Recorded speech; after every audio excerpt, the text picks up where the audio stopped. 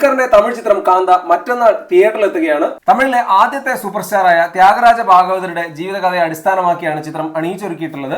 ഇപ്പോഴിതാ സിനിമയ്ക്കെതിരെ ത്യാഗരാജ ഭാഗവതരുടെ കുടുംബം കോടതിയെ സമീപിച്ചിരിക്കുകയാണ്. ത്യാഗരാജ ഭാഗവതരെ അപകീർത്തികരമായി സിനിമയിൽ ചിത്രീകരിച്ചു എന്നാരോപിച്ചാണ് കുടുംബം കോടതിയെ സമീപിച്ചിട്ടുള്ളത്.